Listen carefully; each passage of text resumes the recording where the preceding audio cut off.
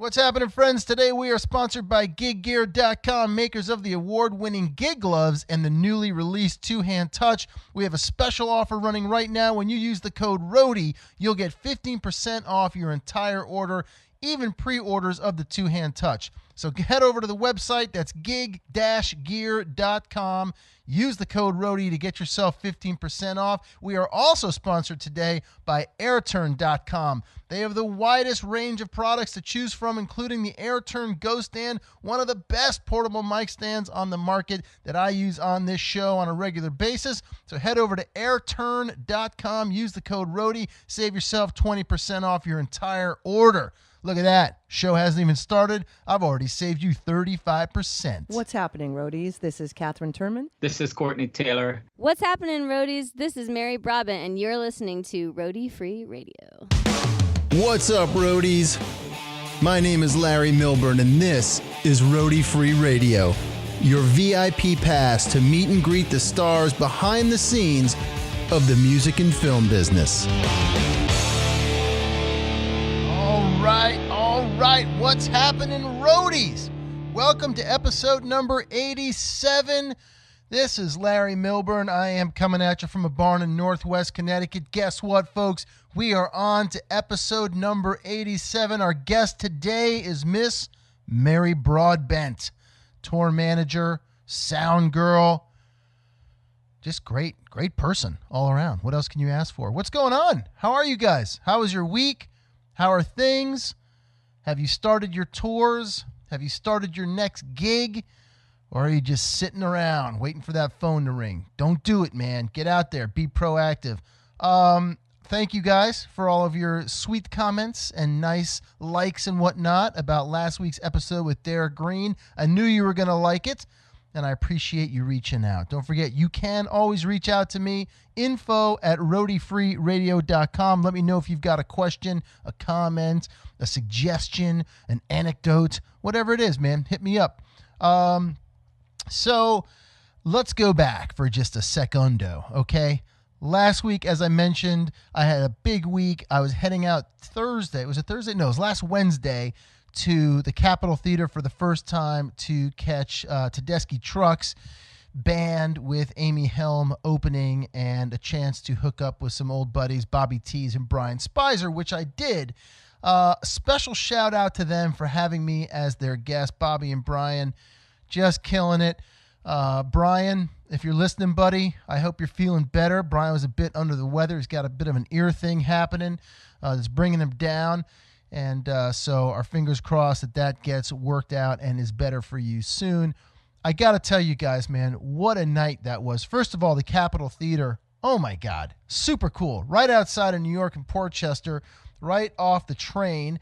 I shot a bunch of cool footage for that. I'm going to try to put something together of that experience and throw it up on the YouTube channel or on Instagram, something like that. I'll let you know when that's happening. But I'm outside talking to Walt. I ran into Walt. If any of you know Walt, he was Levon Helm's driver, and he is now taking care of Amy, and it was good to catch up with him. He was actually one of the first guys I ever met up in Woodstock at the barn, and is just a sweetheart of a guy. He's a lifer, and really great to connect with him. And then who should pop up who was playing with Amy that night but my buddy Byron Isaacs, her bass player, who I don't know if you guys know Byron. He is a monster on the bass, plays a Fender Precision bass. Unbelievable guy. I also played with the Weight Band with our buddy Jim Weeder and Marty Greb and those guys. And if you don't know this about Byron, he got snatched up about a year and a half or so ago, maybe even 2 years now, by the Lumineers. So he went from playing clubs and small festivals and whatnot to the absolute big time, man. I mean, in a very big way, opening for U2 and just crushing it out there with the Lumineers. I think we're going to get him on the show. I really want to have him on the show to talk about that experience and what that's all been like for him and just playing in general and songwriting and everything. He's a super sweet guy. Also in the house was Sue Anello, our old friend from December, past guest, homeopathic consultant. You guys may remember her. If you haven't checked out her episode, head on back a few episodes back. Sue Anello, she was there as a fan, as a spectator, checking out the show, and it was a great time, man. Also playing with Amy was Tash Neal and Tony Mason, her drummer. I've never met Tony before. Funny guy. We had a few good exchanges. Tash Neal, as you know, I saw him do a Masters of the Telecaster with Jim Weeder a while back. Guy is a monster. Finally got to meet him in person. I said, Tash, you want to be on the show? You should come on the show, man. Let's talk about guitars. Let's talk about your influences, the London Souls, all that good stuff. So it could be in the works. Y'all stay tuned. Could be in the works. I'm throwing some artists in. I don't care. I know it's Roadie Free Radio, but guess what? It's my show. So I want to have them on. I want to talk to these folks.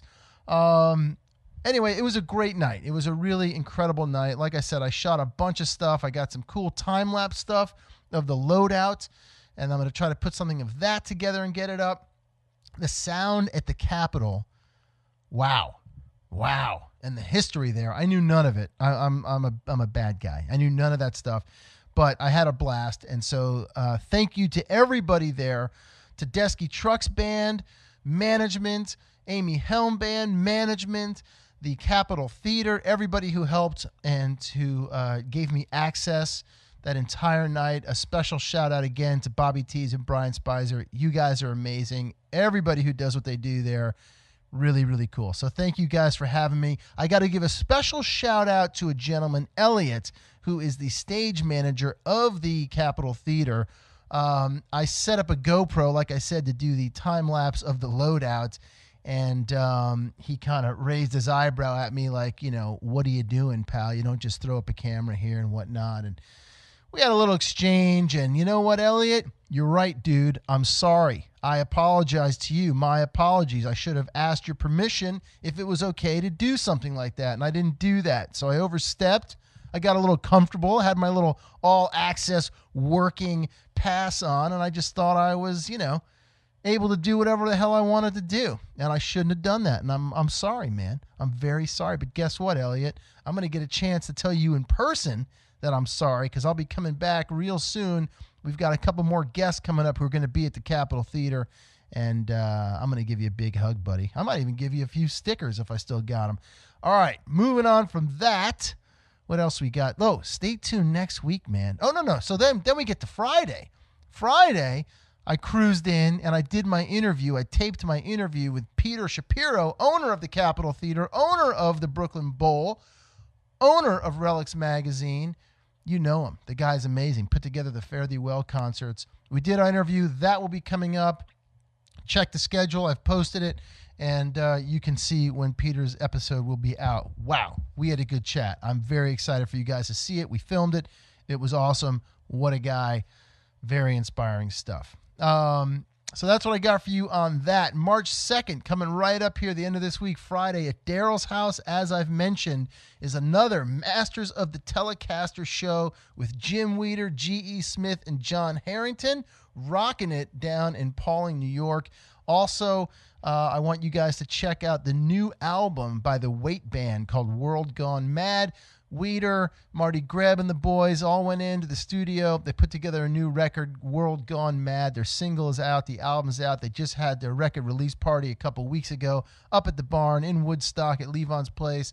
It was a big success. So go check it out. Support them. Go to their website, theweightband.com, theweightband.com. Have a listen. Have a look. Check them out on tour. Really, these guys are phenomenal and do a great job representing the spirit of the band and what that original crew was out trying to do. Also, all the links to a lot of the stuff I talk about are in the special mentions section on our website at roadiefreeradio.com for this particular episode. So if you want to just click through that, you can hit the old Amazon affiliate link there and it'll take you right to the album or the book. Whatever it is I'm talking about is all listed right there. Speaking of which, in my interview with Miss Mary Broadbent, which we're going to get to in just 1 second, she mentions a book called Feminist Fight Club, which is all about women working in a male environment and all the different scenarios that can come up and how to deal with some different things. And Mary and I get into that kind of stuff in the episode because, you know what?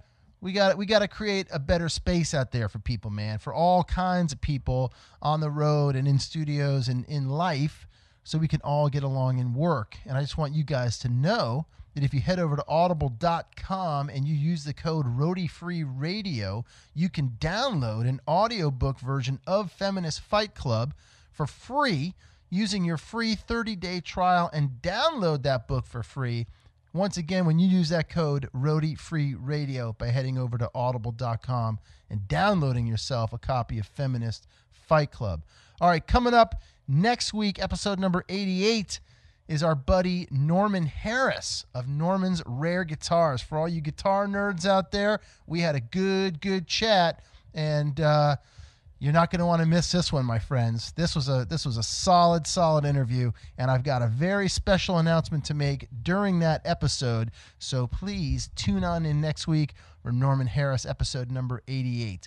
All right, Mary Broadbent. Whew, good times with Mary. I met her the week I was down in Anaheim for the NAMM show. We caught up at Third Encore Studios. What a cool spot, just down the street from Center Staging. Also another good spot. And headed over to Tour Supply afterward and geeked out for a little bit on some of the gear. Had a great time. So Mary Broadbent, tour manager. She's currently out with Betty Who on the Party in the Valley tour. I think I'm going to get to head up to Boston and see those guys and hook back up with Mary and some folks and do a couple more interviews. That could be fun. Yeah, what can I say? Emerson University grad, listen, she's going to spell it all out for you right here in the episode. So in the meantime, you guys kick back, relax, have fun, enjoy this episode. Please, again, let me know what you think. Shoot me an email at info@roadifreeradio.com. Here we go. Mary Broadbent. Hit it. Call yourself a roadie. Call yourself a roadie. Call yourself a roadie. Mary, how's it going? It's going. Welcome to LA. You live in LA. I do. Yeah. For a little over 10 years now, I think. Yeah. I think I moved here 2003, 2004. From where? I went to school in Boston, so technically from Boston. Yeah. Yep. Are you from Boston? No. Oh, No, okay. absolutely not. No. I mean, I don't know, not that I love Boston. I'm just not a Bostonian. Okay. Where are you from? I grew up all over, actually. My dad was a chemical engineer, and he had these contracts that were about 3 to 6 years long. So we lived all up and down the north, east, north, south, southwest. I don't know. North, south, the south, Yeah. southeast area. God, it's too early. Yeah. So I lived 11 in. o'clock. We're on roadie That is time. early on roadie We're time. on roadie We're time, just getting man. up and getting ready to load in. Man, you guys have it easy. Anyway, so yeah, we moved around a lot. I moved around growing up with my sister. I lived in Louisiana, West Virginia, Pennsylvania, and then my parents did a little international traveling to Australia and Korea. And my dad's from England, so we traveled a lot there to go see family too. Wow. So Yeah. the gypsy thing was instilled early. Yeah, it was in there. So just 2 kids? Yeah, me and my sister. Yeah. Yeah. So Older, younger? she is older. She's actually a year and a half older than me, almost to the day. Wow. So my parents were huge planners growing up. Yeah. So those were 2 planned pregnancies. Uh-huh. But even saying that, to take it further, whenever we had things happening within the family, we would have meetings, like family meetings, about stuff happening 3 months later to 6 months later. Wow. So especially when it came to moving, we'd always have the family meeting, and we Yeah. never had those unless either we were doing vacation or somebody was leaving for a little bit, or we had to make a game plan, like a family game plan.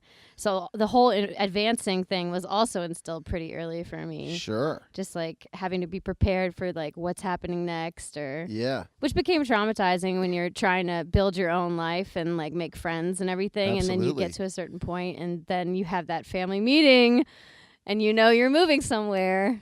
So That's rough, man. Was high school at least in one spot, or no? For those 4 years, were you moving all over? I actually lobbied for it to be. That was actually one of the most, I don't know, not traumatic, I want to say, but bigger moves, because I just moved to Pennsylvania in 1996, and I just found like this great group of friends, and I was in a band, and I had just like a close-knit group of people that I really loved. And high school didn't really suck for me because at my school everybody was just really cool with everybody. Everybody had their own groups, like Sure. sports people or the music people, but everyone was cool with each other. There wasn't any animosity or resentment or any kind of, nobody was mean to each other. Right. So that was such a great environment. And, we have this looming family meeting, and my dad says, I've gotten a job in Australia. And I was so mad, like just yelling at my parents and just saying like, I'm not moving to Australia. Because it was Yeah. my junior year, which is also the golden year of high school where Absolutely. everything's happening. You're not like, I want to get the hell out of here, Right. You still want to hang out with all your friends. And, I had a boyfriend at the time and all Right, this there's kind a of prom stuff. coming and up and- yeah, there's prom coming up too. And I was just so bummed out that was on the table. Where in Australia? It was Melbourne, Uh-huh. in a tinier town called Malvern. So Okay. Malvern, Melbourne. I think that's what it was. But yeah, kind of hard to say. Back. But you put your foot down. Did you get Yeah, to stay? I did. I feel like kind of an ass now, but my mom and my dad they really cared about me and about me finishing school. And at that point, my sister, she was in college, so she wasn't. right. It was just all about Me. what are we gonna do with Mary? Right. Poor Mary. Yeah, poor Mary. So my mom and dad, they did the long distance thing, and my dad lived in Australia and my mom lived in the States with me. And then in the summer times, we visited my dad in Australia. Yeah. Whoa. They made a very big sacrifice How for me. long was that? That was Like that 2 was years? it was actually for a year because then he got promoted and moved to Korea. So it only was a year. And that was my senior year that he was away, and then I graduated and I went to Emerson in Boston, and Wow. then my dad joined my mom joined my dad in Korea. Wow. So yeah, Where do they live now? they live in Asheville, North Carolina, where my mom's from originally. Oh, cool. Yeah, which is kind of its own little music town. Absolutely. Yeah, sort of the Austin of the East Coast. Yeah, it's a great little spot. Yeah, it just hasn't been overpopulated yet. Right, With which is good. Tons of people. It's not Yeah. there. It's kind of getting there. Yeah. But people keep on doing all these reviews and how telling people how cool Asheville is, and you're just like, no, stop. Shh, it's our little secret. It's inevitable. I want to retire probably. there at a good rate. Yeah, right. Do you want to go back there? Do you like it there? I do like it there. The orange peel's there, Moog's there. The Vanderbilt Mansion's there, which is the big draw for tourists. But then they, Sure. they'll go there, see that, and then they'll love just Asheville in general for all the food and beer, and just the scenery is gorgeous. Yeah. Oh, yeah. And it's very granola, even though it's in the South. Right. So people dig it. Yep. But yeah, I keep considering going back there. I don't know. That's kind of where I am right now. Like, where am I going to put some roots down? Some kind of roots. Yeah. In the midst of a career that's Yeah. still taking off, right? Yeah, yeah. I mean, you've obviously had a great, run so far, but Yeah. you never want to say no. Yeah, I know. That's the thing that my mom is always saying. Oh, Asheville's so hip and cool. You should come live here. And I'm like, yeah, Mom. Has she adopted an accent now? Oh, she's from there. She's from right, there, right, yeah. right, right. So imagine living with someone who is Southern with a Southern accent and someone who's English with an English accent. And Wow. with that's just a weird spectrum of Yeah. just, I don't know, etiquette and personalities and people coming over and they're like, what's going on? That's funny. You know but- what they say, because I studied Shakespeare for a long time. I was an actor way back in the beginning, that the English accent, Yeah. like the Shakespearean thing, is actually closer to what the American South sounds like. Okay. Yeah. Oh, yeah. Yeah. Okay. Yeah. I got that. So deep down, your parents they understood each other. No, they did. They were they were such an inspiration to me growing up as a couple because they met in Asheville, North Carolina, and they met through their best friends, Uh-huh. and then they just kind of stayed pen pals for a long time. And this was back when you don't have cell phones, you don't have Sure. computers, you just have telephone and letters. And they were friends long distance for a year and kept in touch. And then my dad asked my mom to move to England with him. And I just always am like, there's definitely relationships out there where you can do the long distance thing and they work out, you know. Yeah. And I'm a firm believer in that. But maybe that doesn't apply for me or some people, but I mean, they're out there. Absolutely. And they're just, I don't know. I think that's just like the best story with my parents. That's very cool. It's a good, like you said, a good inspirational story. Yeah. Yeah. Now, you mentioned you were playing in a band. What were you playing? I was vocals. Nice. I was a singer for a band called Special Guest. And we had special quotation marks around special. And it was a play on the whole fact that when you go to concerts and things like that, they always said, and a special guest, you know? Yep. You don't know who it is. It's probably like, I don't know, Madonna or somebody like that. But we just thought it was so funny that you see that everywhere. Sure. So That's the a good guys name kind for of a came band. up with that name, not me. But So were you a cover band or originals or what? no, we wrote original songs. We were more of a rock band. We kind of got pegged as a ska band, but we were a rock band. We did a lot of original songs. Maybe we did like a Weezer cover here and there, or we'd cover like another local band song sometimes. Fun little fact though is that Brandon Reed, who he's with the National. Yeah. He was a grade above me at the same high school, and he was lead singer of his own ska band. Cool. So I actually got to reunite with him at the Forum recently, which is kind of nice. Would he special guest? No, he wouldn't was do too that. cool at that point. No, he was way cooler than our band. He like was in the same circle of music people, and like we all hung out, but like he was doing his own thing with his band. We were doing our own thing with ours. So. Cool. Did you like writing and performing? I loved it. I grew up in theater. I did a lot of that growing up. It'd be, you know, on the stage, be like a ballerina when I was like 2 or 3. And then just choir, acting, anything. And I loved really like writing and getting my thoughts out and trying to make something that like would transcend to like music and people could, you know, relate to. Yeah. I really enjoyed that. Who were, in terms of, you know, musical performers and artists, who were the women that you looked up to? I mean, my number one person is Gwen Stefani. I love her so much. And Shirley Manson, who I'm getting a chance to work with soon. So I'm really excited about that. How cool is that? It's really cool. I mean, I was talking to a couple friends of mine about the fact that, you know, you know, do a little time travel back to when you're in high school and you're listening to these people that you're getting to work with now. And you just never think like, oh, that's going to be me someday getting to meet that person because you're, you know, in the middle of, I don't know, Kennett Square, Pennsylvania, listening to Garbage 2.0. And you're like, you know, this girl's so cool and rad. And you just never think like they're that close to you. They're within arm's reach one day. Right. You know? Do you ever go through, because you've worked with some pretty awesome people, and like you said, maybe people that you know, were idolized or whatever as a kid. Yep. Do you ever have that thing where you don't want to meet an idol because you're like, I don't want to be let down if they're an ass? I don't. I think it's only. Oh, that's a good question. I mean, We were just talking about that, a few of us, yesterday, because that happens. My wife, I can't remember who she met. I'm not going to say who it was, but she met somebody and said hello to them. Yeah. She just went up and said hello to them, and they weren't very nice, you know. And I've had a little bit of that. So there's that whole school of thought, like, I'm just not even going to ever say hi to, you know, a celebrity or somebody that I you know, always looked up to.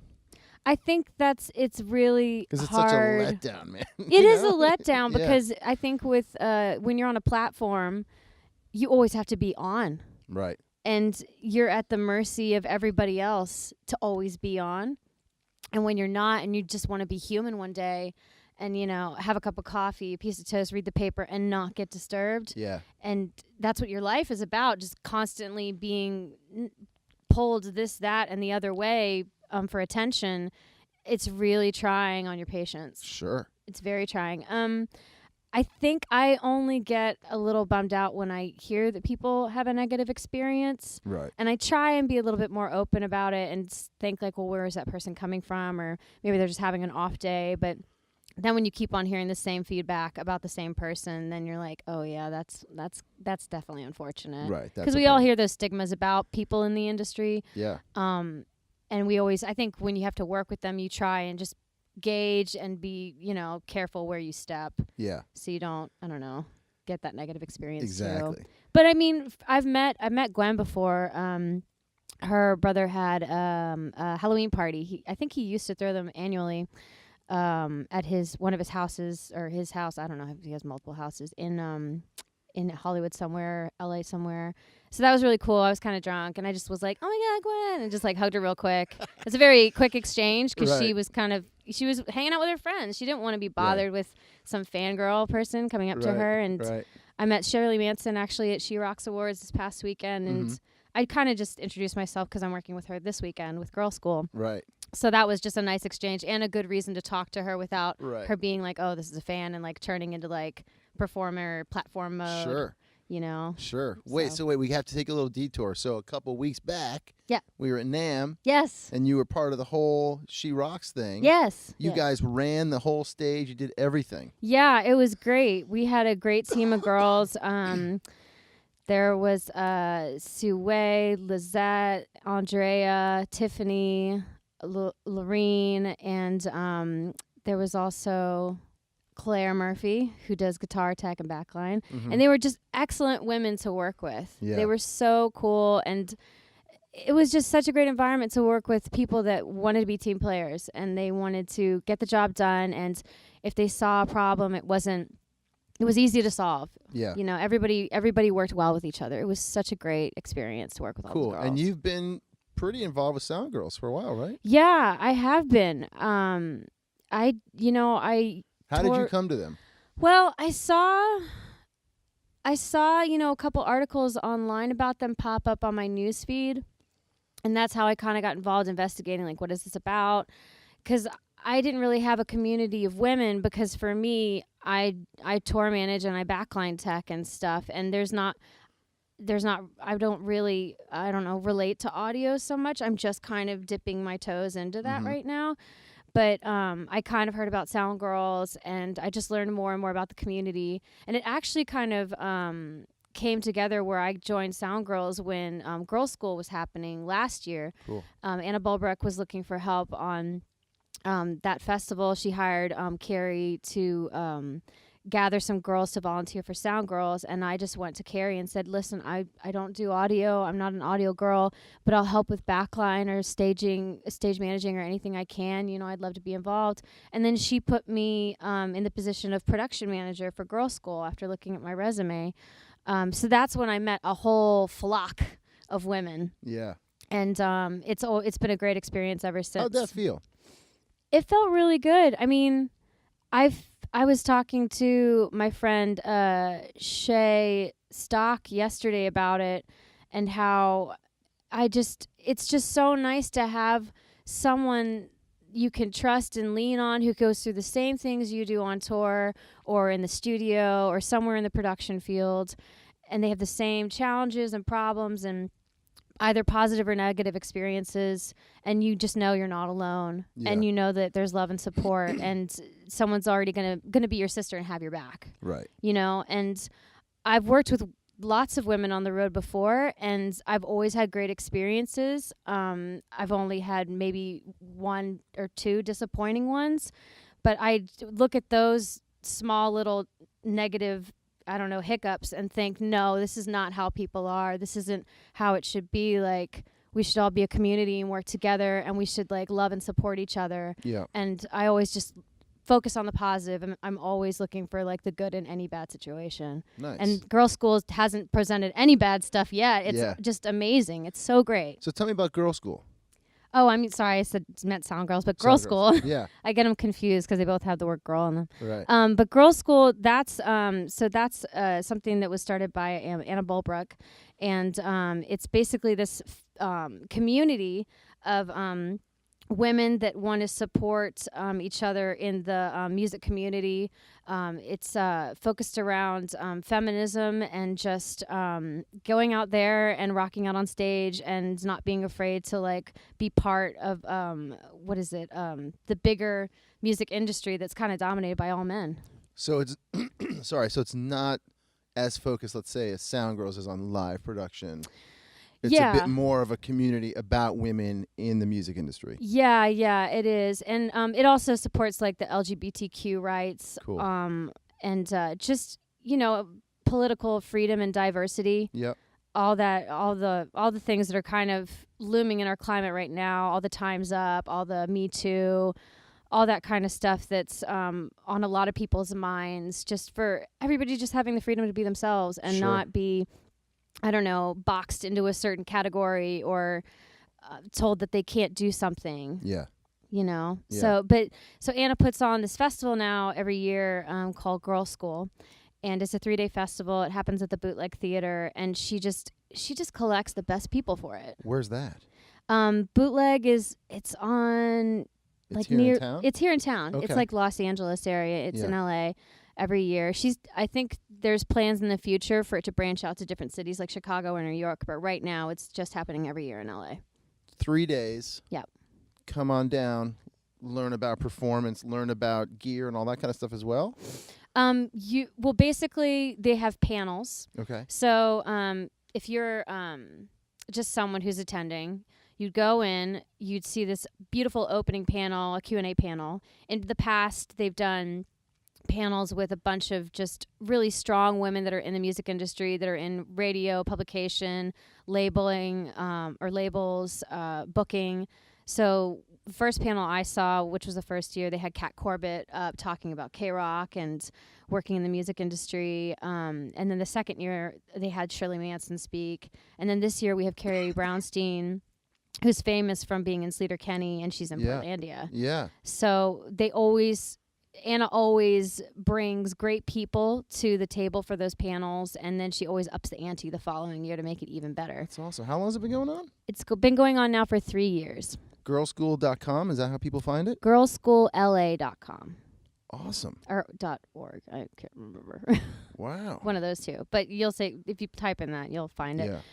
Yeah. So you walk into a panel, and then it'll be a big open introduction about the weekend. And then that's when the music starts. And we have music in 2 different rooms. There'll be one band playing, and then it'll go. And then as soon as they're done, you go to the next room, and the next band's playing. It's a very big back and forth. So nobody's missing the music. There's constantly music playing the whole night. And we have some great people this year, like Lauren Ward's playing, Shirley Manson's playing. We have Kristen Control playing.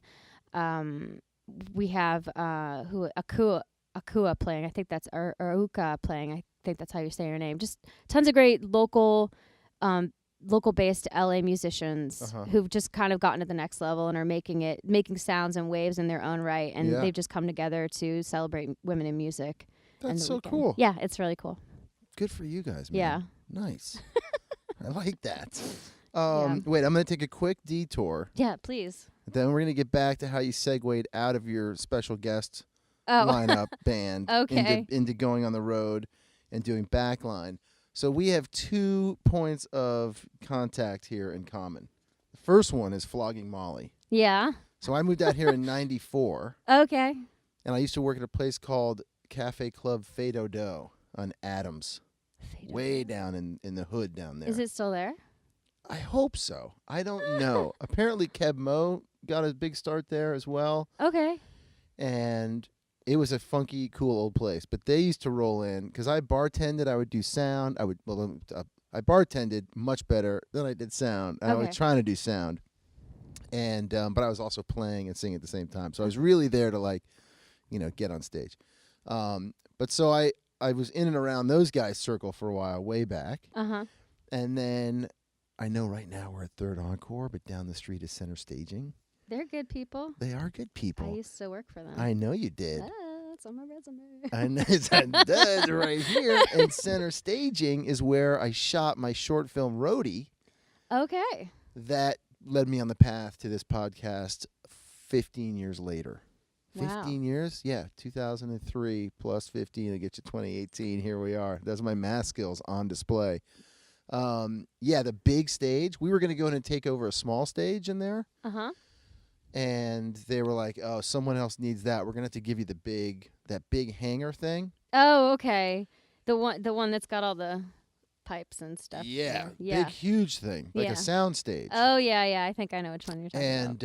And that was terrible. It was my first film I ever directed, and it was terrifying to look in that room and think, oh, my God, how am I going to pull this off?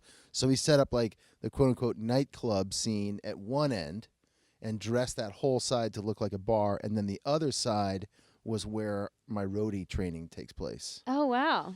Okay. Yeah, it was fun. But just being around and then just pulling in the parking lot here at Third Encore, I was like, oh my God, why do I love this You so get much? giddy. It's so good. And just Yeah. walking into this rehearsal space. I know. I love rehearsal studios. Yeah. I just like the environment because you don't know who necessarily you might bump into that you know or Yeah. that you've seen. Yeah. Oh, yeah. And that's always really cool. I did an interview with a drum tech, Randy Brown, last year. Uh-huh. And we met at SIR because he used to work at SIR in New York. Okay, yeah. And as we were preparing to sit down and do the interview, we heard some music down the hall, and then there was a knock on our door. We were in like the big room where the Stones and all these people used to come in and take over for weeks. And there's a knock at the door, and this bald head peeks in, and it's Paul Schaefer. And he's like, hey, do you guys mind if I come in and just hang out for a little bit? And I almost freaked out. I was like, oh, my God, it's Paul Schaefer. For me, it was like, that's Paul Schaefer from the Blues Brothers. But, wow. yeah, so he hung out with us for a few minutes, just taking a break between his set, and then because he was getting ready to go on the road. And he walked out the door, and Randy had worked there. You know, I'm sure you go through this, too. It's like you said, like you never know who's going to pop around the corner. Yeah. And he met everybody there. And the door closes, Paul leaves, and he's like, that was fucking Paul Schaefer.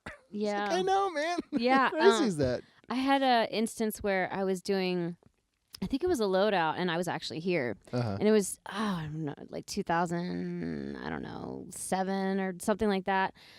And I was doing my loadout, and then they were using one of the other rehearsal studios. And somebody was just drumming and making loops, and it was just so crazy. And there was a couple vocals here and there.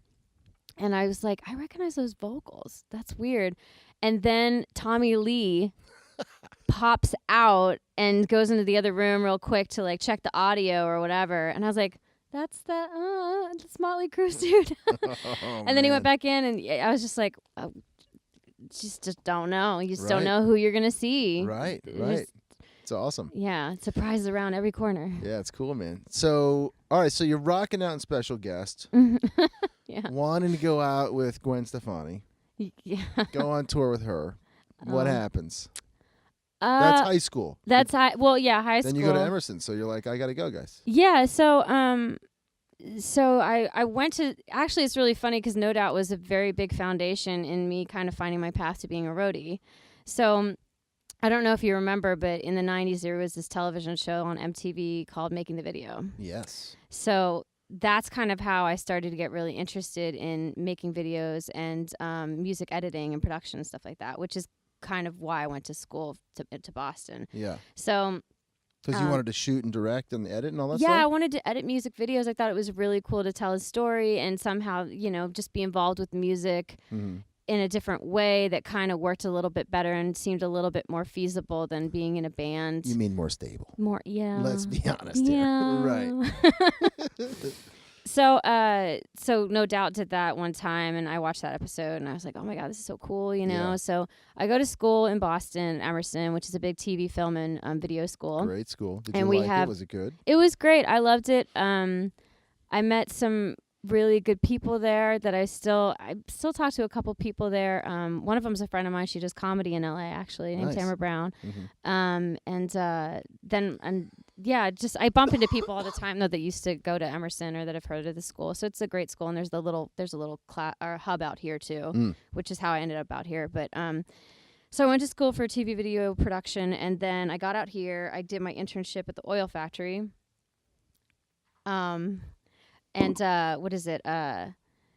When I was at the oil factory, which also was where Sophie Muller worked, who's the director for No Doubt and Gwen's like best friend. Uh-huh. I went on a music video shoot, and someone who worked there just sort of told me, oh, you should really get into working with bands on tour. Like, you seem really good at it. You're always on your feet. You're always moving.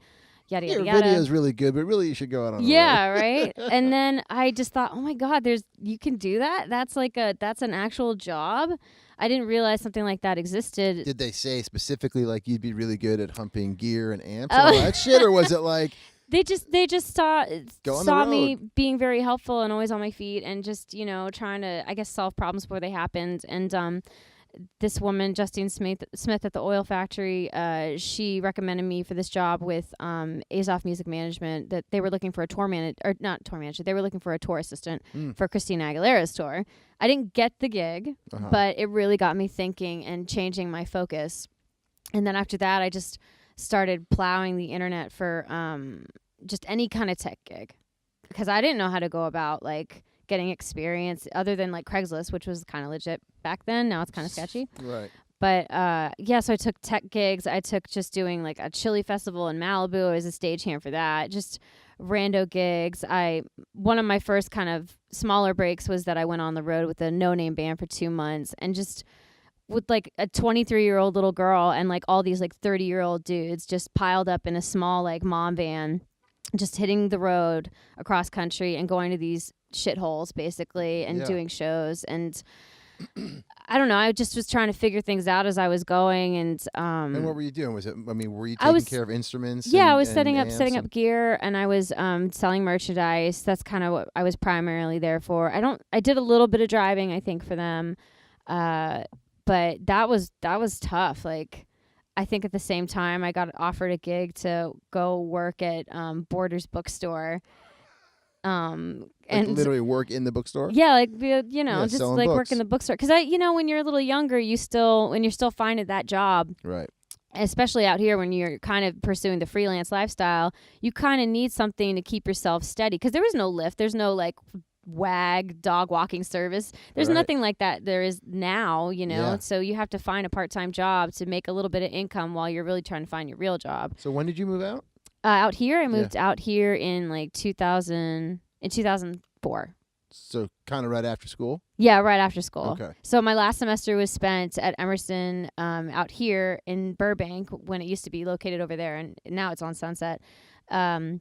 Finished out here, moved into a house with a bunch of Emerson kids, and then just started looking for work. Like I worked on some clean sweep TLC show for a little bit as like a PA, and then another show called Merge, just, that kind of stuff for a bit. And then, just really started pursuing music and stagehanding and all that kind of stuff.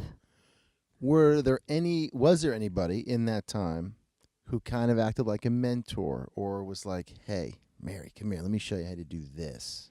Was there anyone for you to reach out to be like, how do I do what I'm doing? Or no? And was it primarily dudes?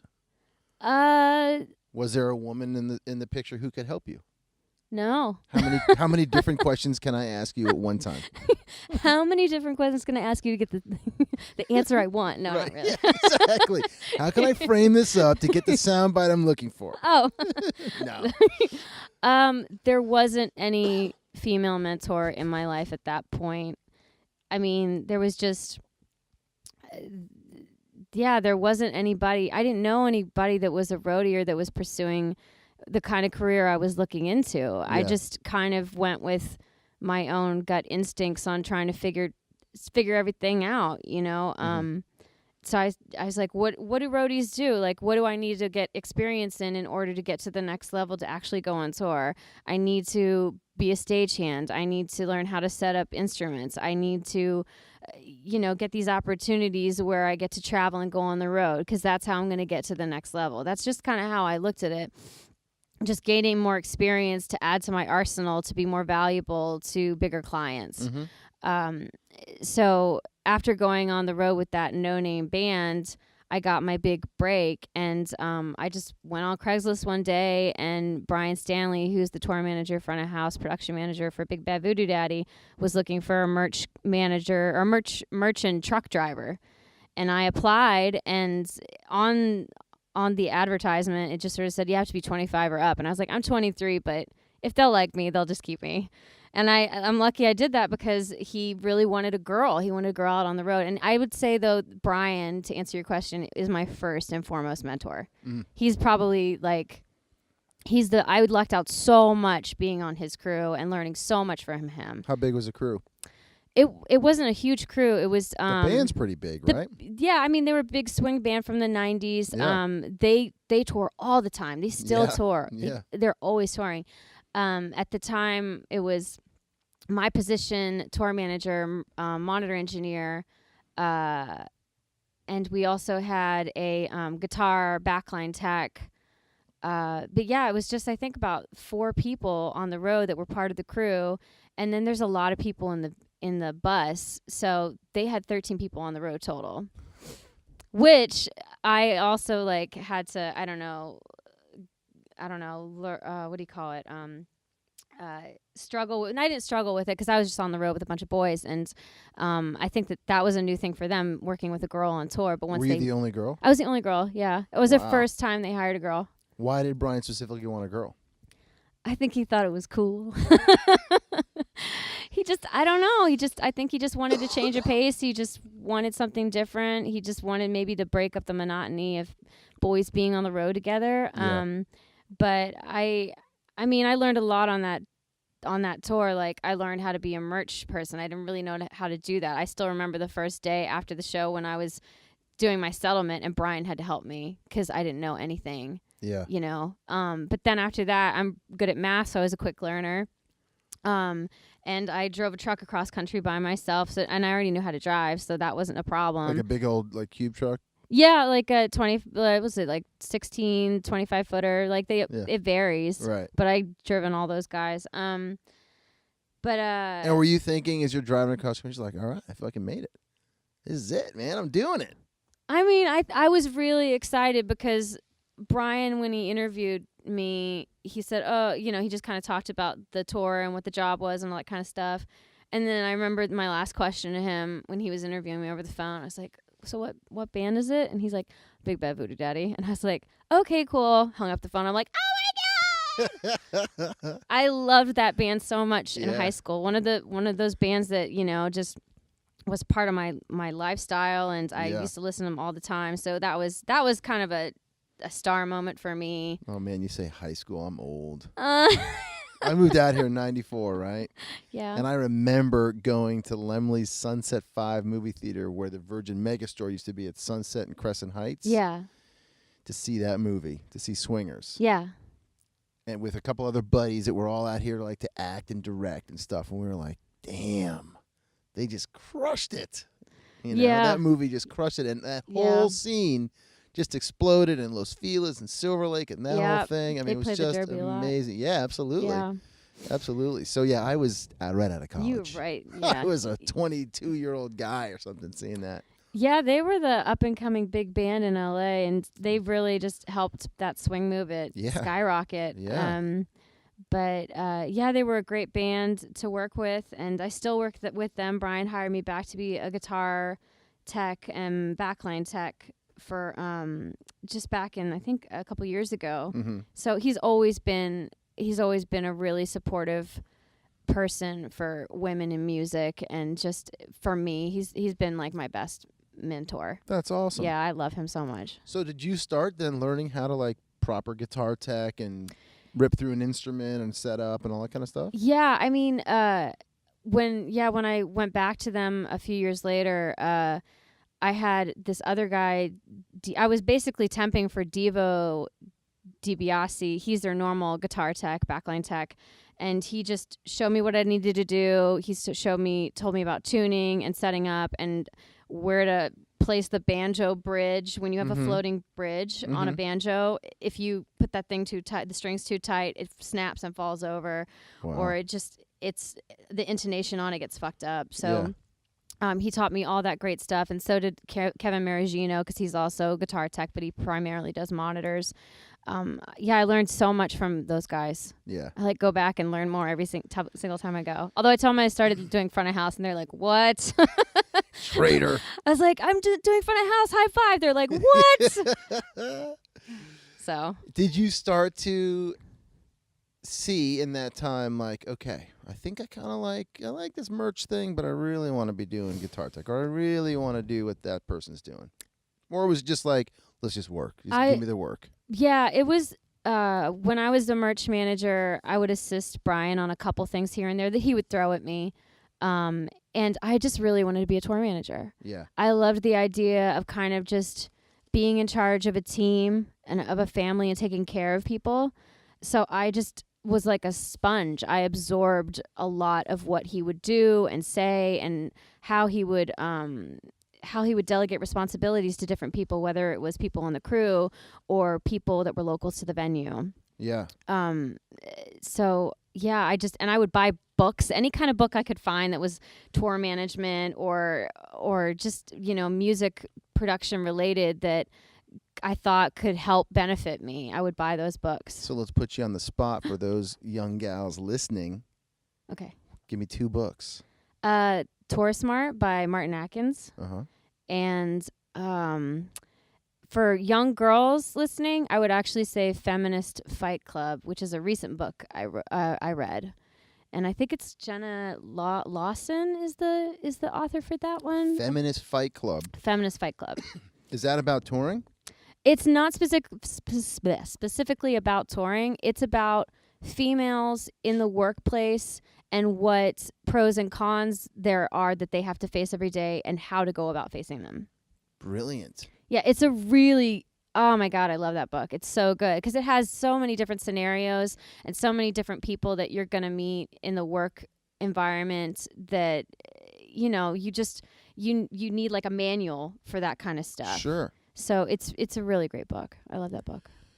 So tell me a little bit about some of the, like, we won't call it discrimination, but the bullshit that you had to face as a young, fiery redhead trying to find your way in this Trying thing. to find my way. Do you and Rachel Ryan have the market cornered on redheads in this industry? We might. I don't Yeah. know. There's only a couple gingers I've ever met. Laureen, a good buddy of mine, she's another one who's got red hair too. But yeah, I don't know. That's a little side. Little Yeah. side nugget to think about. Yeah. But we are good buddies, all of us. So what was your question? I'm sorry. Any kind of like discrimination or bullshit you've had to deal with, and how and maybe from that book, Feminist Fight Club, you know, things that you tried to put in place, you know, techniques Okay. to deflect, or like you roll up and some dude's like, "Hey man," blah blah blah, and you're like, "Listen, why don't you go fuck yourself?" Yeah, I mean, I've had a couple instances where that stuff has occurred, and being someone who's a 5'2" redhead, like you said, people can pigeonhole you and put you in a certain box, or just think, oh, you know, maybe you should go get a desk job, or maybe you should not do this or whatever. And it's kind of just like, at that point, you have to say, fuck you. This is who I am. This is what I want to do. And this is your problem. This is not mine. Right. I'm good with me. You're the one who has a problem here. So maybe you should go, you know, get some kind of, I don't know, mental health exam or some shit. Right. Like, I've never, when I started pursuing a career being a roadie, for, you know, lack of a better, I don't know, term. Yep. A roadette. Rodette, yeah, sure, that too. I never thought my sexuality was gonna be an issue. I never thought this is gonna be a challenge. I need to shave my head, or I never thought that at all. It wasn't until other people brought it to my attention that I realized it was an issue. Yeah. And some of them initially were guys. I think that I had challenges at getting on one tour because the band's wives were kind of, we don't know about having a girl on the tour or whatever, you know, like, but luckily the band was like, who gives a fuck? We want this girl on the road with us. Right. Like, they didn't have an issue with it. And then once the wives met me, they're like, oh, it's Mary. Like, she's totally cool. There's, you know, don't worry about her. And first of all, she's exhausted most of the time. Yeah, pretty much. I'm exhausted or sleeping somewhere on the bus. Right. There's been instances where I'm driving a truck and like 5 people feel like they need to tell me how to back up a truck, and they're all dudes, and I'm like, Jesus fucking Christ, like, I just need one dude in my mirror telling me what to do. That's all I need. Or I remember at one loadout, I was picking up gear for Fitz and Tantrums, and I just had pulled up to this venue, and I was just picking up all the backline gear we needed for the next run of the tour, and I'm just backing up, like trying to like hit the loading dock, and all these guys that are loaders, they jump inside the truck, so they're in a moving vehicle, their choice. We're backing up to the dock, and the guy who's directing me doesn't tell me to stop before I should stop, so I just hit the dock, so the whole box truck kind of shakes a bit, and I remember one dude in the truck saying, somebody needs to tell this bitch how to learn how to drive. Oh, shit. And I was like, did they really just say that? Like, Wow. really? Like, I Wow. haven't even talked to you at all today, and you've already copped an attitude. Or just going into a venue and being a stage manager and a backline tech, when you come into a venue, you have to delegate responsibility. You have to see who your team is locally, and you have to give them direction. Yeah. And one dude I had, he set up drums at the beginning of the day, but at the end of the day, I like to be in the center stage, breaking down all the drums, and have everybody else break down all the stuff around me so I can see what they're doing and just be localized in one area so I'm not moving around and missing anything. And he got butthurt because he didn't get to break down the drums. And he just like copped a little attitude at the end of the night. I was Right. like, what's your fucking problem, dude? Right. Like, I don't, what? Oh, I'm a girl. You have to be the one who has to break down the drums and not me. Yeah. Go away. Right.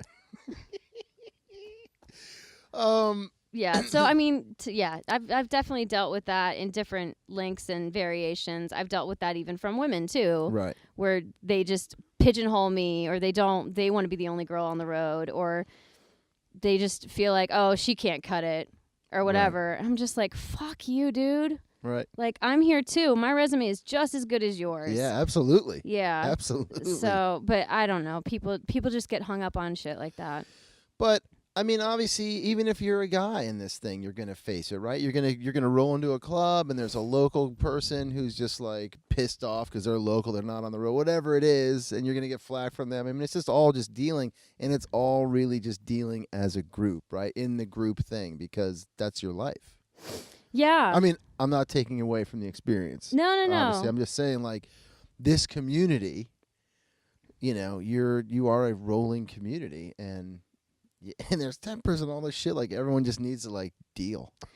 Yeah, I think it's really hard when I was telling somebody about how sometimes people in LA, it seems like everybody's just kind of mean sometimes in LA. And I was like, there's just more people having bad days than good days in LA. Right. And I feel like that experience kind of does happen on the road too, where maybe somebody is a local and they wish they were on tour, or maybe like someone just didn't get enough sleep the last night and they're cranky in the morning, and then they take their crankiness and apply it to somebody who's happy, and then that person is miserable for the rest of the day. Right. It's just everybody kind of needs to keep their attitudes in check, and sometimes we lose sight of that. Sure. Especially when we don't have parents telling us to like, get us out of our own little moods. Yeah. Right. That's a problem with being adults, is you don't have somebody to like be your parent Right. and tell you, no, you have to be your own parent. And then, of course, there's the artist. Yeah, then there's the Right. artist And too. trickle down. Like, if they're in a bad mood, they got something going on. That's just going to come right down on everybody else, right? Yeah, I mean, yeah, that can happen too, especially I think if you're working very close with an artist and you might have a problem in front of you that either you can't solve, or every time you try and solve it, the artist finds something else that might, like like a little Dutch boy in the dam, Right. or was that the right thing? I think so. Yeah, finger in the dam. That's it. Yeah. Right. Maybe that. So like you plug up one hole and then another one spouts out, and it can be frustrating. And I think that that's really hard to separate yourself from, because you don't get a break from working with people on the road. Right. Like, your job is always 24/7 on the road, regardless if the show is ended or began. You still have to just keep a certain like happy, upbeat attitude, or kind of just keep your personal emotions in check and try not to let them, I don't know, deflect or, just jump on anybody else's day. Yeah. Right. All right. So, what do you do out on the road for you? To keep my own sanity? Yeah. I Are try. you a runner? Are you a yoga? You meditate? Oh, God. I try and sleep. I try and get a lot of sleep on the road. Chris Isaak's team always thinks I'm like a little cat, because I always just like curl up and like go to bed. Yeah. But I just I try and work out. It's really hard to work out on the road consistently, because you're kind of at the mercy of your own schedule. But I'd say sleep, and just trying not to indulge in all the wonders of the road, like alcohol. Yeah. I've Is it hard to get swept up in that whole thing? And how prevalent is all of that partying now? Right? Because when you think of the roadie, the yesteryear roadie. The yesteryear. Oh, the glory days. Right, yeah, right. It's like we're all just doing our thing, but that's changed a bit, right? Yeah, I would People say a bit more conscious of. I think everyone's gotten a little bit more granola on the road, for lack of a better term. Yeah. But I definitely, to answer your first question, I did get swept up in the party lifestyle on one tour, and looking back on that, it's just really hard. Once the FOMO starts, it's hard to shake that. Mm-hmm. After that, I just kind of looked back on it, and I was just a little bit more careful about how much I indulged or how much I party, and I really just put sleep and just rest and just my mental health ahead of everything else. I for others, I sometimes try to meditate, or I'll read a book. Reading books is great. Giving your brain a workout. Yep. That's always really good. Yep. Or just going to the movies by yourself. Try and do that. Get a break from just being with people all the time, because you are just on a bus with a bunch of people, and there's not that much privacy. Yep. Or space. Yep. What are your must-haves on the road? You're packing the Mary bag. What's in the Mary bag? What's got to go with you? A book? A book, a bottle of water, a water bottle, Mm-hmm. or empty water bottle, whatever. One bottle of water. One That's bottle all of you water. Get for I am a 2 camel. months. 2 months. I can make it work. I always bring a pocket knife and a Leatherman. I have a utility belt, so like a festival belt. I always bring that. If I'm TMing, I'll bring my Pelican case with my printer in it. I bring some Noon electrolyte tablets. Those are really good for, if you're drinking the night before, or if you're just dehydrated, depending on what environment you kind of put yourself in. And just daily pills like vitamins. Yeah. Yeah, maybe a podcast or two, maybe a roadie radio, Oh, boy. saved on the old podcast. Oh, boy.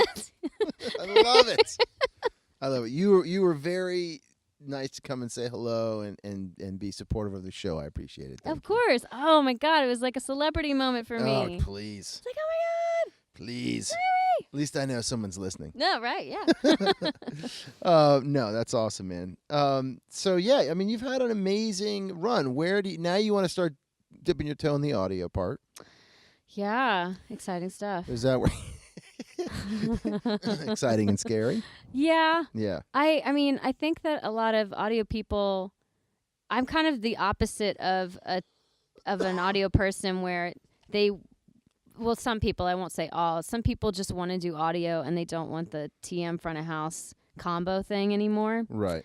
I'm someone who realizes that the only way I can get some of these gigs where you TM is you have to know front of house. Right. So I'm trying to learn about being a front of house person, only to benefit me so I can tour manage. Right.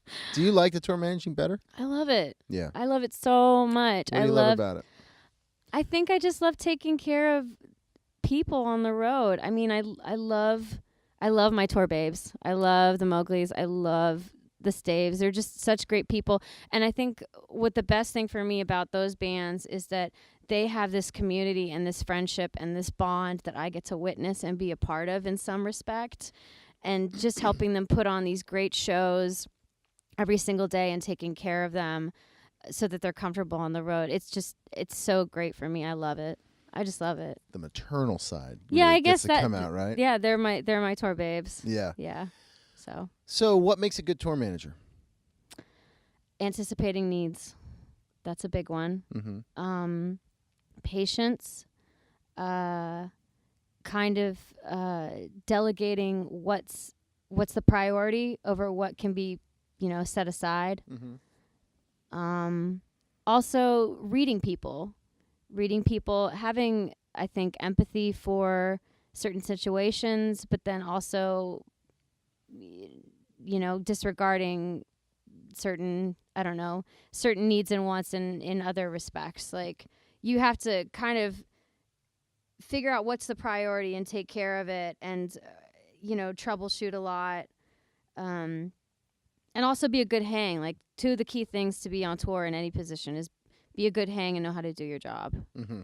Do you have to be really good at your job if you're also a good hang, right? So like if I was interviewing you, or you were interviewing me, and you're like, well, he doesn't really know X, Y, and Z, but he seems like someone who's going to get along with everybody, so we're going to bring him out, and he'll learn it. He'll figure it out.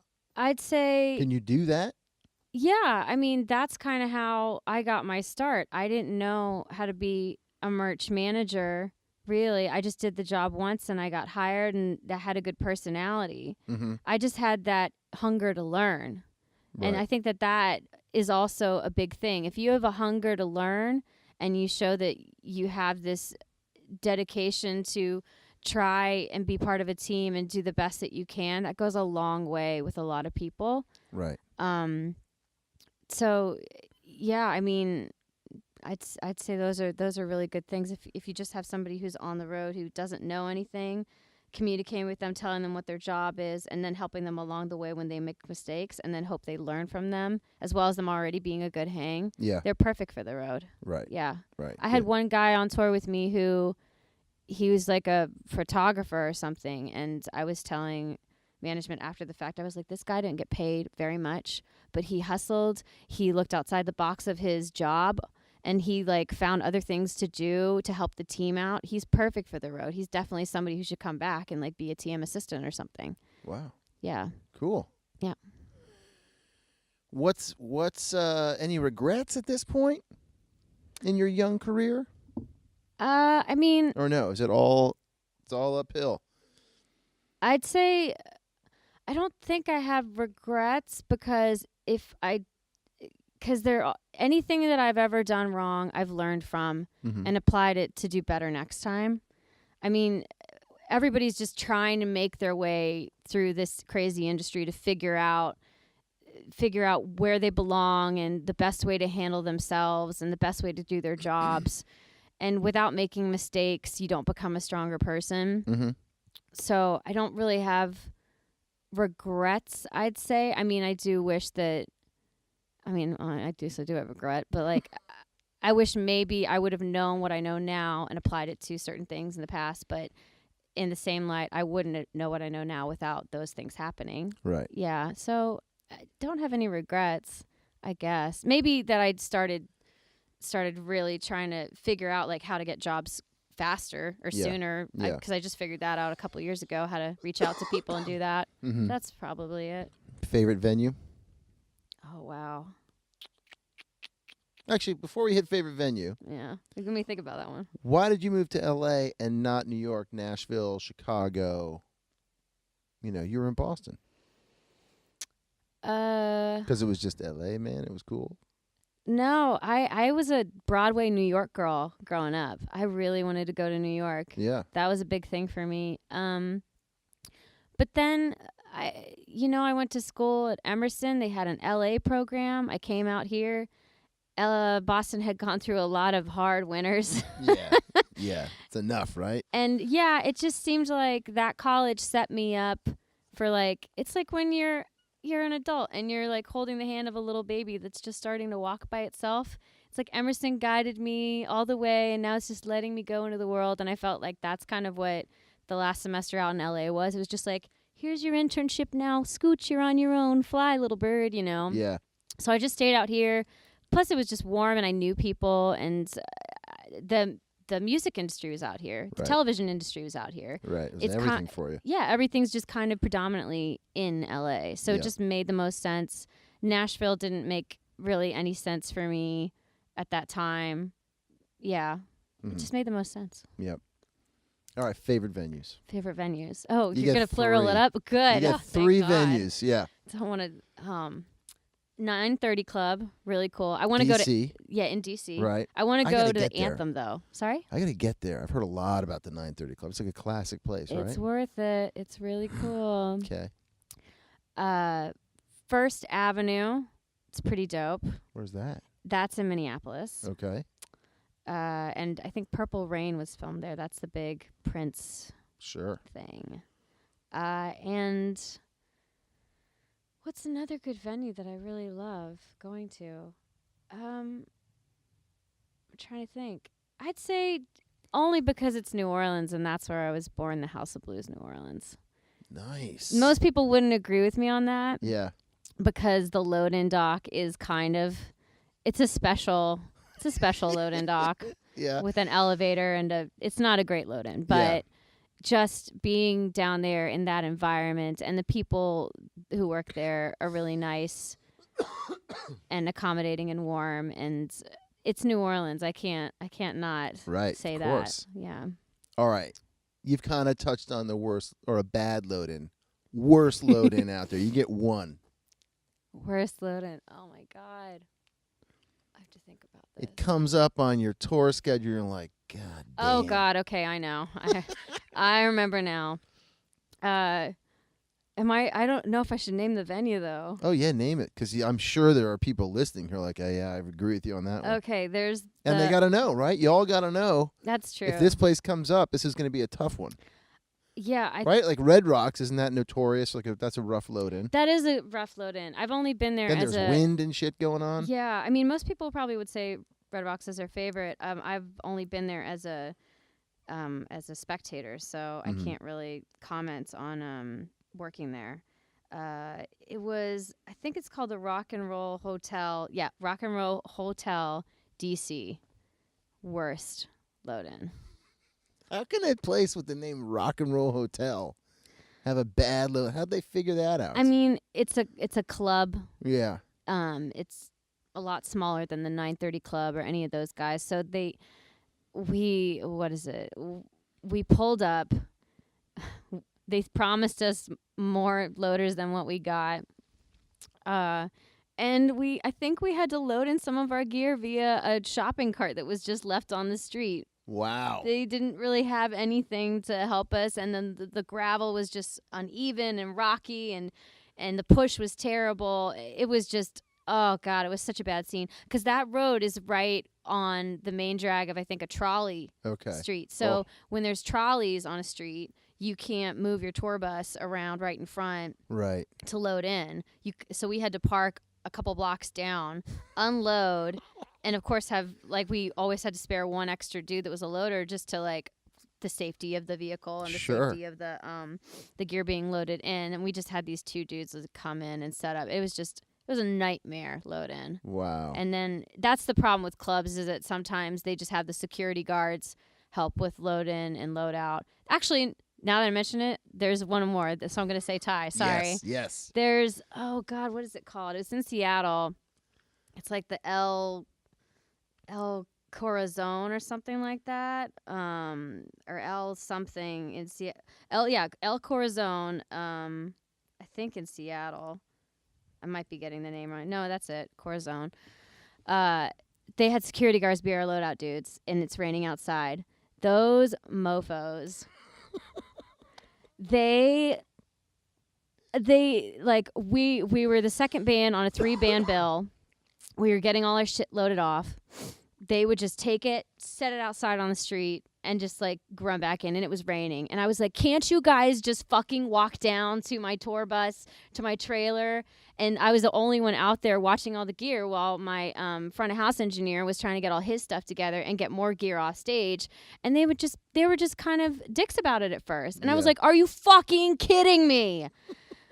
Like, and then eventually they came around and they helped. But I was like, seriously, like, I know this is a club, but this is people's equipment and gear. And there's not many people. Like, we're a 2-person crew. You have to help us out, you know? I complained to the promoter about those guys. Wow. I don't ever want to go back there. It was a terrible terrible experience. And of Terrible course it's loadout. raining because it's Seattle. Yeah. It was a terrible loadout. I mean, Yeah. the other things at that venue were good. But the loadout experience, is a lot.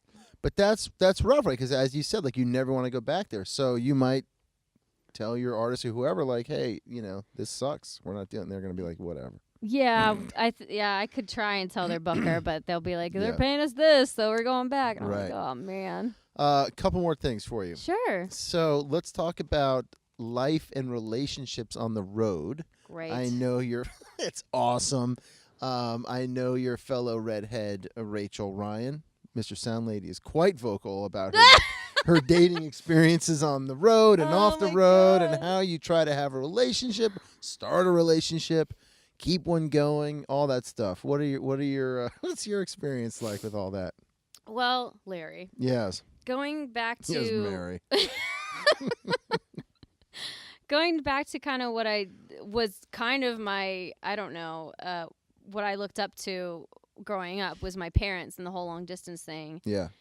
So I kind of felt like, oh, that's a possibility. Like, there's hope for that. And that's kind of what I just never thought it was impossible to accomplish that because my parents were so great at succeeding in that kind of long distance relationship thing. But I think the more and more I try and go for something like that, the more and more I find it's just not plausible for me. Because of your career choice. Yeah, maybe. Or just Right. I just don't really have luck with Right. dudes. I just meet a lot of shitty dudes. Right. Like, not Well, there all are the a time. lot of shitty Sometimes dudes they're out there. cool. Right. No, well, you know what? Let's not say shitty dudes. People meet shitty people. Yes. Let's just say that. I don't want to be like, oh, all men are shit. Because they're Right. not. Right. I have some really great guys in my life that are my friends, Right. But I recently had a situation with a guy that I met at a festival, and I was like, oh my God, this guy's so fucking cool. Like, he's so outgoing, he's so genuine, he seems like a really good dude.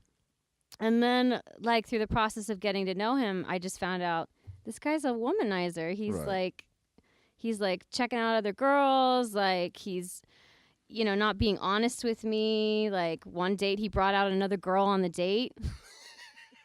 Classic fucking asshole awesome. move. Wow. Yeah, no, I got so many in my bag to tell you. Oh my Wow. God. That's just one gem. Right. I had one other dude he's actually in the film industry. We had mutual friends. He's like, let's go over to that person's house for like movie night. And I was like, okay, cool. Literally didn't drive there together. He came in late, sat down at the end of the movie, just said hi to me, and then he's like, all right, I gotta go. And I'm like, we're not even gonna go out for coffee or anything? Wow. And I was like, texting him, I was like, hey, it was great meeting you. And then he's like, yeah, it was good meeting you too. I was like, that wasn't what? What just happened here? Oh my God. Yeah, I'm attracted. I think I'm either attracted to assholes or assholes are attracted to me. Right. Or, I say assholes. There's like different degrees of that though. Of assholedom. Oh yeah. Oh yeah, totally. Yeah. There's the people that are oblivious to the fact that they're like dicks, and then there's the people that they know. Right. They know. Right. They know how to But work they it. won't admit to it. Right. Yeah. I think Festival Dude was a combination of both. Festival Dude sounds like a winner in that category. Wow. God. Damn. God. Well, it's got to be hard too. And then I've talked to some women who they sort of have that reverse thing where I think Lauren Crowley and I were talking about this, right? She's like, yeah, every year around Halloween I meet this guy and it's great, and then I go on tour, and about 4 weeks, 5 weeks in, they can't handle it. Whereas same thing. If you're a woman and you've met somebody who's in this industry and they go out on the road, like you immediately think of all the bad shit. It's hard. I mean, especially if you're like the one girl on a bus with a bunch of dudes. Yeah. I mean, I've definitely had moments where I've done things that I shouldn't do, working so closely with a bunch of people. Right. I think a lot of people do that. Yeah. Not a lot of people admit to it. Right. But I mean, come on, like you're with people all the time. You're working with certain people, and certain feelings or whatever forms, and sometimes you dip into that and sometimes you don't. Right.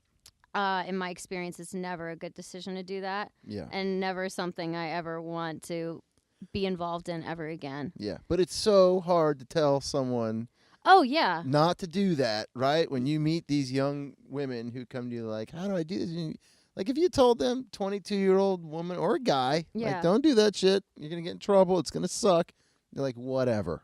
I'm going for it. And then, I mean, you got to go through it, right? Yeah, I think just like for me personally, I'm like, you never know. And Yeah. I mean, I hear a couple stories where the success stories with Right. meeting somebody on the road and then it working out. Very far and few between. Yeah.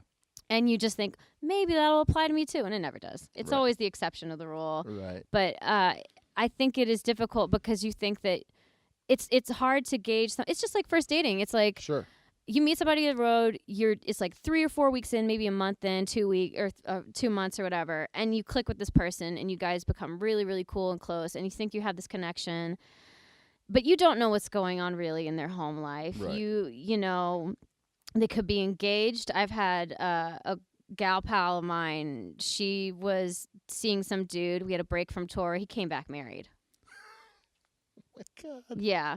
There's some Wow. real gems out there Wow. for stories that happened. I had another person I know who they just made it a habit of cheating on their significant other on the road. You know, I had somebody else who he wouldn't even call the person he was dating at home his girlfriend or address her by her name.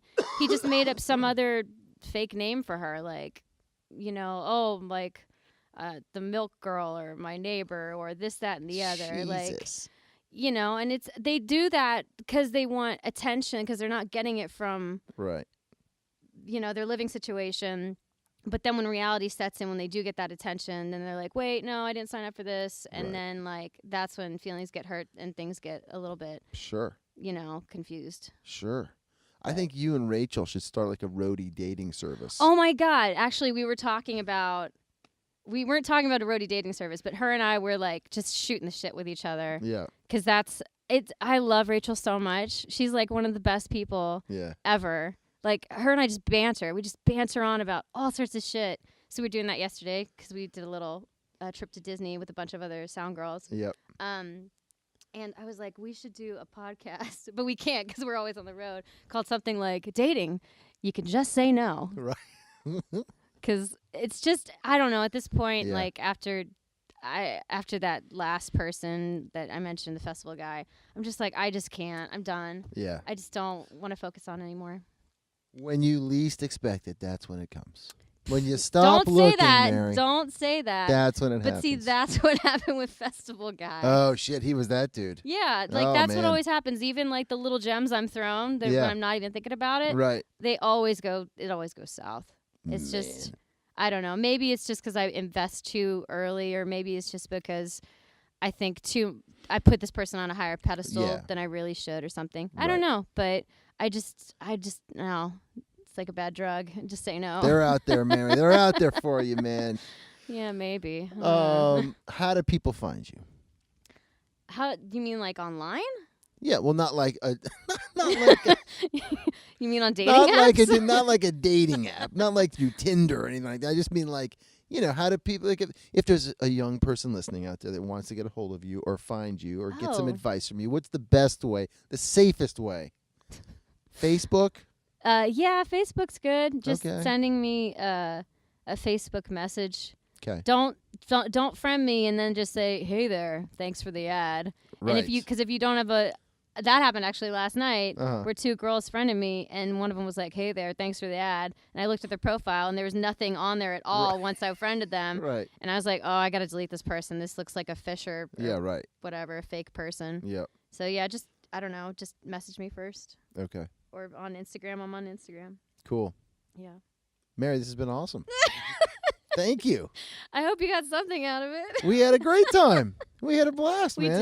did. I This loved is it. good. We're It's chilling great. here at Third Encore. You're getting ready to set up for something tonight? Yeah, this is actually where it all started for me, because this is where one of the first gigs I ever had as a roadie was. It was at a Nice. Third Encore, so it's close to my heart. I love Third Encore. The people here are amazing. Very cool. Yeah. All right. Well, we love them, too, for letting us do this here. Yeah, they're great. Rock on. Third Encore. See you on the road, Mary Broadbent. See you on the road, Larry. Later. Okie dokie, Mary Broadbent, thank you very much for your time. I appreciate it. We'll see you up in Boston. In the meantime, folks, stay tuned, because next week for episode number 88, we got Norman Harris. Don't forget, Norman Harris of Norman's Rare Guitars. We're going to geek out on some cool guitar stuff, and I got a big announcement to make for you. You can follow us at Twitter, Facebook, Instagram, SoundCloud, iTunes, Google Play, and YouTube, all as Roadie Free Radio. Don't forget to check out the website, roadiefreeradio.com. Send me that note. You know I want to hear from you. That's info@roadiefreeradio.com. And in the meantime, my friends, y'all be safe out there.